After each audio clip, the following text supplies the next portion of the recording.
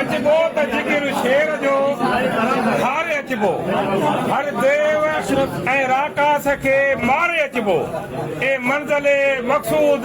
तोसां वचन हर हाल में अंजाम खे पाड़े अचबो सिंध जी कुंड कुश मां कई आयल उस्ताद साथियो मुंहिंजो खे सलाम अॼु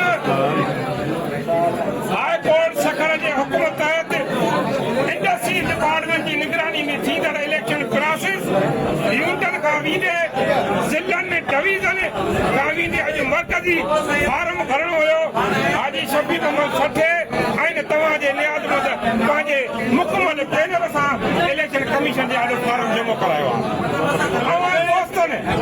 अवां दोस्तनि जेका मोहबत जी मोट ॾिनी आहे कई दोस्त खे फोन भी कोन कयोसीं कई दोस्त ॾे मैसेज भी कोन कईसीं पर दोस्तनि खे मालूमात थी त अॼु 18 तारीख़ ते सिंध जे हॾॾोकी उस्तादनि जे अॻुवाणनि हाजी शफ़ी मोहम्मद सटियो सिकंदर जतोई ऐं अतीक रहमान सोलंकी वारा फार्म भरनि था सिंध जी कुंड कुड़च मां उस्तादनि जो समुंड मैदान ते निकिरी पियो आहे इहा तव्हांजी मोहबत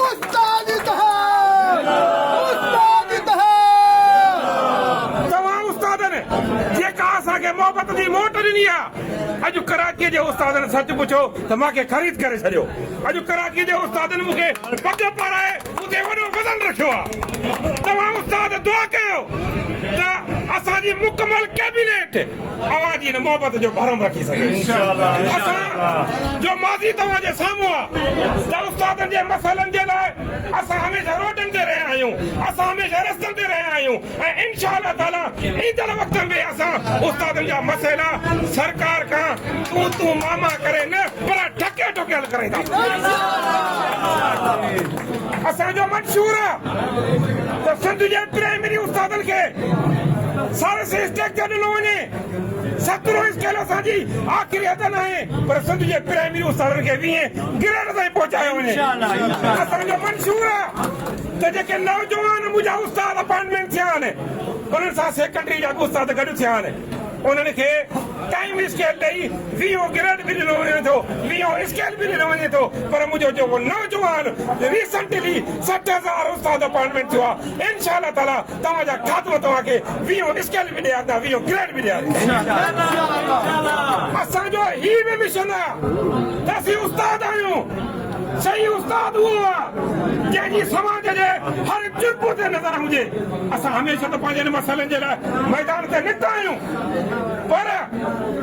जंहिं धरतीअ जी कुख जी असीं पैदावार आहियूं सिंध धरती जी कुख जी पैदावार आहियूं हिन वक़्तु सिंध जा माण्हू बेज़ुल्म ऐं अताब जो शिकार आहिनि सिंध अंदरि क़बाइली जहिड़ा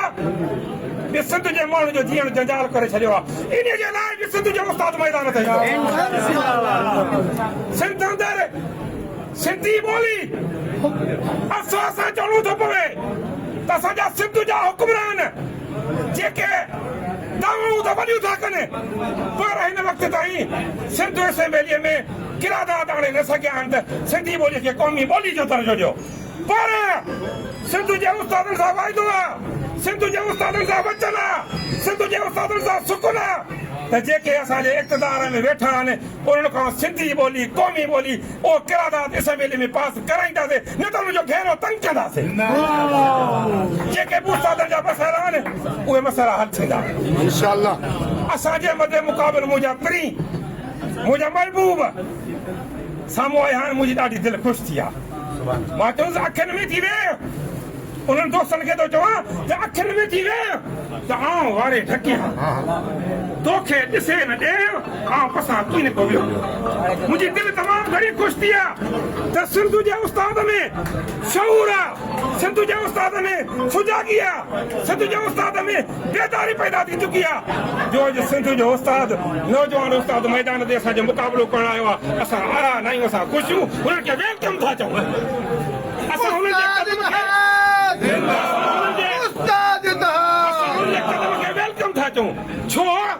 त हाजी शफ़ी मोहम्मद सटियो सिकंदर जतोई अतीक रहमान सोलंकी असीं जमहूरी माण्हू आहियूं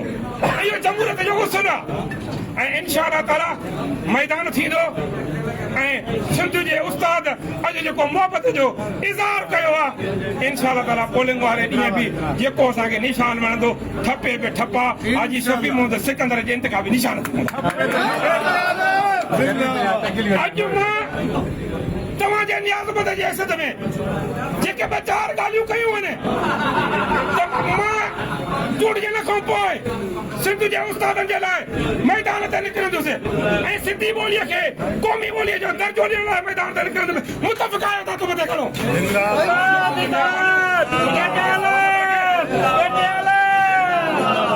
खुदा खुदा अवां दोस्तनि सभिनी खे सलामत रखे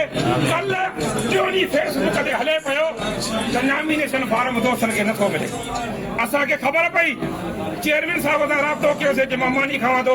असां दोस्तनि खे पाबंद कयोसीं त जेके नौजवान मुंहिंजा महबूब दोस्त फार्म वठण आया आहिनि हिकु फार्म त छा पर 100 फार्म दोस्तनि खे ॾेई छॾियो जमूरी माण्हू आहियूं अवां दोस्तनि जा कुर्ब अवां जा अहसान खुदा अवां खे सलामत रखे सिंध सलामत साफ़ सलामत